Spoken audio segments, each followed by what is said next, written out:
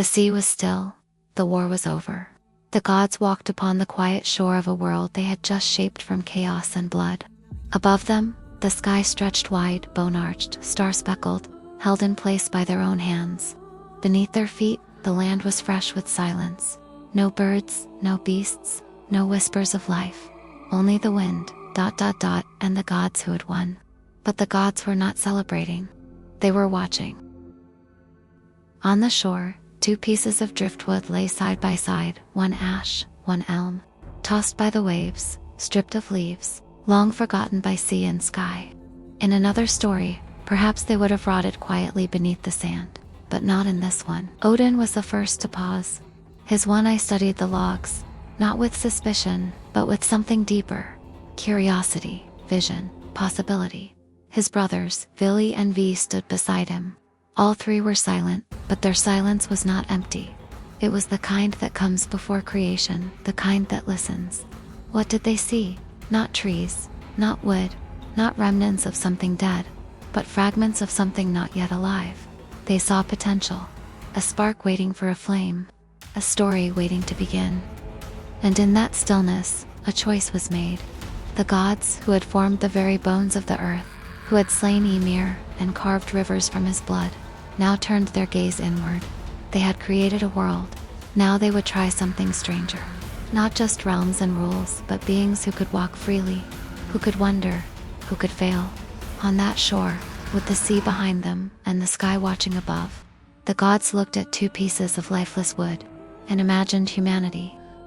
Odin stepped forward, slowly, silently. The waves whispered behind him, but he heard only the pull of something older, deeper.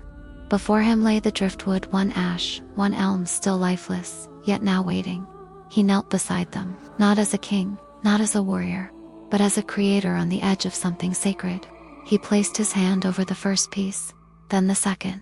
He closed his eye, and then he breathed. Not air, not merely wind, but breath as essence. The soul, the spirit. The part of existence that cannot be seen but feels everything. With that breath, Odin gave them life. A rhythm began where silence had been. The wood stirred, and yet they did not move. Not yet. The spark was inside, glowing faintly like an ember in winter. They were no longer just objects shaped by tide and time. Now something within listened. Odin opened his eye, and in it was a storm of knowing. This was not power over. This was power shared. He was not building servants or statues. He was giving life to beings that might one day forget him. And still, he gave. For Odin, wisdom was not hoarded. It was seeded, and in the breath he gave, he planted the seed of soul. These beings would question, wonder, and that was the beginning. When Odin stepped back, the air still shimmered with his breath. The 2 figures on the ground were no longer just wood, but not yet whole. The soul was within them, yes, but it floated, uncertain, a candle with no flame, a question with no thought. And that was when Vili stepped forward. Vili, god of will, of vision, of action. Where Odin was calm and deep, Vili burned with drive. The gods had shaped the world with strength, but this was different. This required something more delicate, more dangerous. He placed both hands above the glowing forms. From his fingertips came not light, but something invisible, a silent lightning. The gift of mind, of thought. He shaped their ability to dream, to imagine, to choose. No longer would these beings drift like leaves in the wind. They would become forces of movement in the world. Vili gave them memory so they could carry the past. He gave them desire so they could chase futures not yet written. And most of all, he gave them will. Not obedience, not loyalty, but the power to say yes or no to anything. In that moment, something shifted.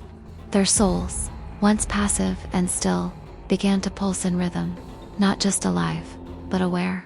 Their presence now echoed a frequency new to the world. Vili looked upon them, not with control, but with challenge. What would they become, now that they could choose? What mistakes would they make? What triumphs would they build from broken stone? The flame had been lit, now it could grow, or burn everything. The figures now breathed. Their thoughts flickered like stars, just learning how to shine. They were becoming, but not yet complete. And then Vi stepped forward. Vi, the quietest of the three, often forgotten in tales, yet keeper of the sacred. If Odin was wisdom and Vili was will, Via was meaning, the thread that tied soul to world. He looked at the almost humans before him and smiled, not with his mouth but with something deeper. These beings would not be slaves nor silent wanderers. They would have language, laughter, love, and loss. He would give them the senses, the tools, to experience the world they were born into. Vi raised his hands. His voice did not speak words, but the first sound, a note so pure, the wind stopped to hear it. With it, he opened their eyes. The male saw the sky and wept. The female saw the sea and smiled. Sight was not just function, it was feeling. Vi gave them hearing, not just to notice, but to listen. To the crash of waves, the cry of a bird not yet born. One day, they would hear music and mourning, voices of gods and lies of men. And then came speech, the most dangerous of all gifts. Vi gave them tongues that could name, create, or destroy. With language came poetry, and prophecy, and pride. He gave them touch, so they could hold and be held. Smell, so memories would linger. Taste, so the world could become flavor and fire. They would now be of this world, not merely in it. Via stepped back. The figures opened their eyes, and for the first time, they saw the gods. The winds held their breath. The world, for one perfect moment, stood still. The three gods looked down at what they had made and what they had become. What once were logs, battered and dry, now moved with breath and mind and purpose. The ashwood had become a man, the elm, a woman. They blinked, they breathed, they felt. Their hair was soft like river grass, their skin warm with light. Their eyes held the color of sky and bark and flame. They were not gods, but something stranger, something balanced between fate and freedom. The gods did not give them chains. They gave them names. The man was called Ask, like the ash tree, tall and straight. He would become the seeker, the walker, the one who reaches. The woman was named Embla, like the elm tree, graceful and rooted. She would be the rememberer, the nurturer, the one who knows. Their hearts beat not in unison, but in harmony. Not made for perfection, but for change. Ask opened his mouth and laughed. A simple sound, a new sound. Vi smiled. Embla touched the sand. She looked at the gods, and though she said nothing, they felt her understanding. Odin nodded. The gods had shaped realms, stars, and time itself. But now, they had made something that might one day reshape them. The first humans rose slowly, not commanded, only invited. They stood together, eyes wide, taking their first step on a world that did not yet have roads. Their footprints would be the first. And the gods, creators, destroyers, watchers stepped back. Their work was done. For now, the gods were gone. The sky once filled with their light grew dark, and Ask and Embla were alone. For the first time, night came. Not the soft quiet of shadowed trees, but true night. The wind turned cold. The stars blinked through the black like distant watchers. And the two humans, born of wood and divine breath, shivered. Embla held her arms, her breath curling like mist in the air. Ask crouched low, listening to the sounds of this new world, creaking woods, rolling sea, the hush of unseen creatures. Fear crept in, not as a beast, but as a question. What are we now, without them? They did not speak the words, but the feeling was there. The gods had given them life, thought, and senses, but they had not given them shelter. And so, from the edge of darkness, a spark was born.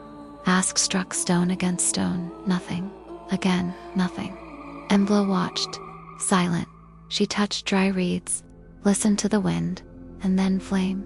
Small, weak, a flickering thing. They stared at it as though it were a star they had stolen. The light danced on their skin. It warmed their hands.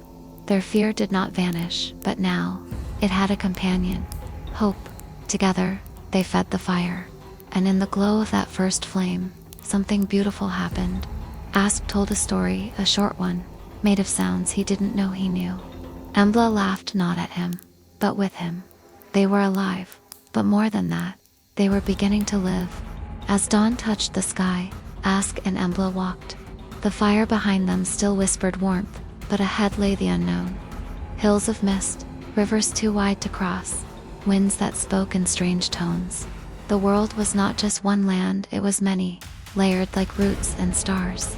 The gods had shaped it with purpose, placing each realm not beside the other, but around each other were. The river they came upon was wider than any they'd seen. Its waters moved slowly, heavy, deep, red-brown in the morning light. Not red like wine, not brown like earth. Something else, something older. Ask knelt. He touched the water. It was cold, but it felt alive. Embla looked at the river's shape, not winding like most, but carved, as if something massive had once been there. And the water filled the hollow. The wind changed. The world remembered, and the memory rose. The voice was not sound, but a vision, a being larger than mountains, asleep in the void. Ymir, the first of all giants. Born of ice and fire, neither good nor evil. He had simply been ended. He was no more. Odin, Vili, and Young then, wild and uncertain, stood above him, blades drawn. It was not hatred that led them to strike, but necessity. To make space for life, something had to end. Ymir fell. His body bled like oceans. His skull became the sky. His bones became mountains. His teeth, the stones. And his blood this river. And all rivers, and all seas. Ask and Embla looked at the water again. It now shimmered with sorrow, with sacrifice, with story. The world they walked on was not just earth. It was memory. They did not speak, but as they stepped away, they walked with softer feet. The land was not just theirs to claim. It was something holy, something made from loss. Days passed. Ask and Embla walked further, the world growing larger with every step. But then they reached a clearing and silence fell. Not empty silence, but deep silence. The kind that hums in your bones, the kind that listens back. In the center stood a tree, taller than any mountain, wider than the sea. Its roots vanished into shadows. Its branches pierced the sky, leaves like emerald wire, bark like woven night. The air around it shimmered with life, with memory, with fate. The world tree, not a symbol or a myth, a living pillar holding the 9 realms together. It connected Asgard above, Midgard here, and Helheim below. Its roots drank from sacred wells. Its crown brushed the stars, and beneath it sat 3 women, cloaked in gray, ageless, still Gandhi schooled. The Norns, one held a spindle, slowly turning. One held a thread, measuring. One held a blade, silent and sharp. Ask and Embla dared not speak. They felt the tug, not on their bodies, but on their paths. These were the weavers of fate, not gods, yet older than most. They did not command the future. They recorded it as it was, as it is, as it may be. The Norns did not see the humans as intruders. They simply watched, and with a whisper, they marked them. Threads were tied, not to bind, but to belong. Ask and Embla stepped back. The world had changed again, not in shape, but in weight. They now carried something invisible, something eternal. Fate was not a cage, it was a map. As Ask and Embla left the clearing of the tree, something inside them had changed. Not visibly, not with wings or fire, but quietly, like a seed waking beneath soil. They began to remember, not just places or faces, but moments. The warmth of their first fire, the sound of their first laugh, the stillness of the gods' eyes when they gave them names. These memories were not given by Odin or the Norns. They came from within, and with them came something else, a longing. Not for food or shelter, but for meaning. Ask picked up a smooth stone and etched a mark into it. A spiral, Embla watched, then drew one of her own beside it, a circle with 3 lines. No one had taught them this, but the marks meant something to them. A sign, a message, a memory, planted like a flag. They began marking trees with symbols, drawing stories in the sand, naming birds, laughing at shapes in the clouds. They sang, they touched the earth and called it home. Meaning did not fall from the heavens. It grew from footsteps, firelight, and the silence between 2 people learning to be human. Memory became story, story became ritual, ritual became life. And though the gods no longer walked with them, they were never far. The wind still carried whispers, the stars still watched, and Yggdrasil, far away, still held their thread. Ask and Embla were not just the first of their kind. They were the first to understand that being human was not about strength, or wisdom, or survival. It was about meaning, and the courage to create it.